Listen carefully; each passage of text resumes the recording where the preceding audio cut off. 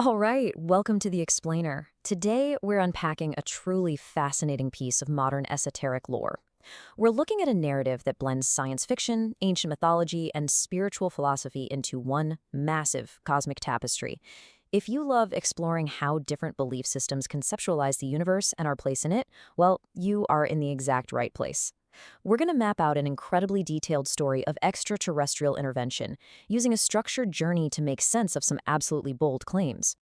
Okay, let's dive right into this. Our primary source text today is Messengers from Outer Space. Basically, this book outlines the specific purpose and mission of various extraterrestrial visitors to Earth. Now, we aren't here to debate the reality of these claims, rather, we're just going to impartially explore the architecture of this specific lore. We'll be focusing deeply on one particular group of star travelers detailed specifically in Chapter 3 of the text, the Vegans. Just to set the tone for you, the cover of this book boldly proclaims a shocking message that overturns human history.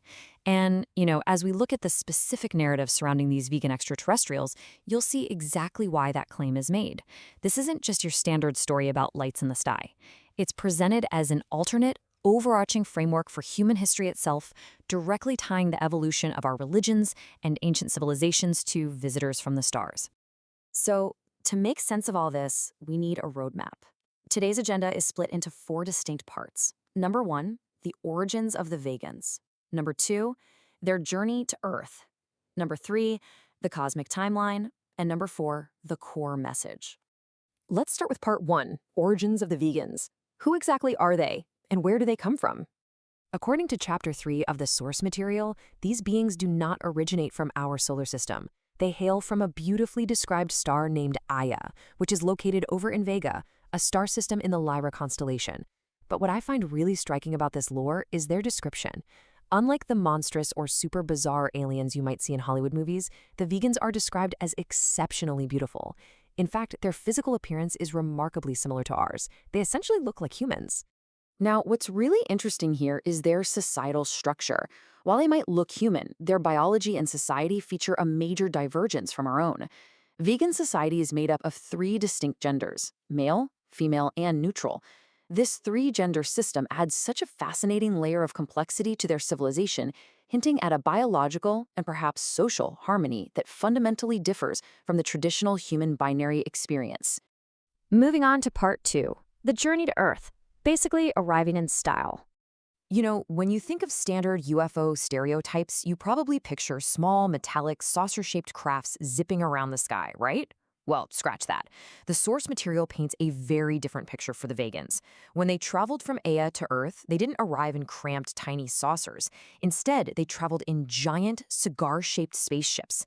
And the text specifically compares these massive vessels to luxury cruise ships. Basically, they didn't just cross the galaxy, they traveled in first class.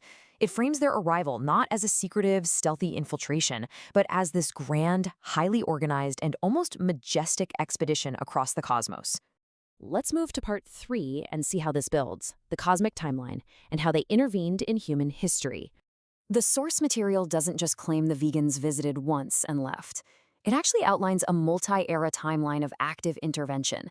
There are 3 major epochs where the Vegans supposedly played a critical role: the ancient Lamu era, the Osiris era of Egyptian mythology, and the Buddha era in ancient India. Let's break each of these down.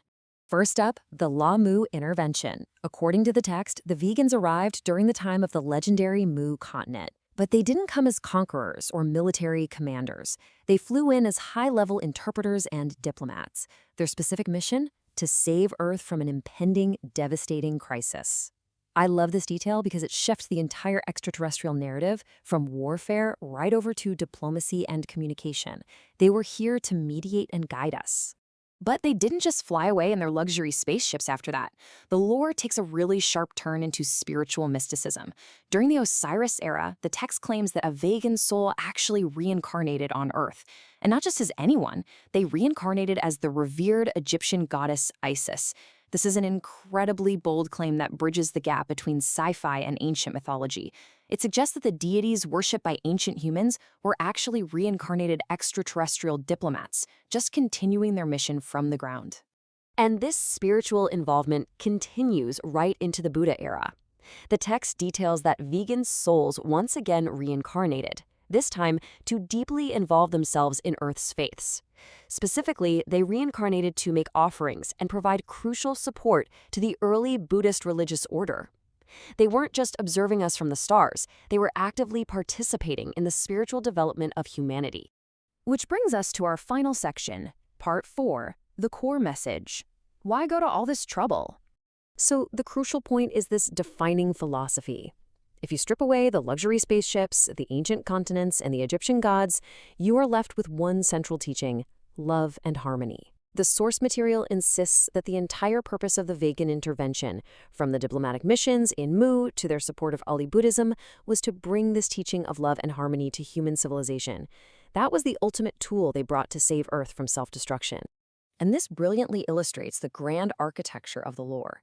We aren't just looking at random UFO sightings here. We're looking at a continuous, planned mission to save Earth from crisis. It relies entirely on the concept of consistent reincarnation across distinct historical eras, which results in a deep, ongoing involvement in shaping Earth's religious faiths. It completely reframes alien contact as a profound spiritual stewardship. As we wrap up this explainer, I really want to leave you with a thought to ponder. Regardless of whether you view this as literal truth or just a fascinating work of modern mythology, ask yourself, how does viewing human religious history through the lens of extraterrestrial intervention change our understanding of faith?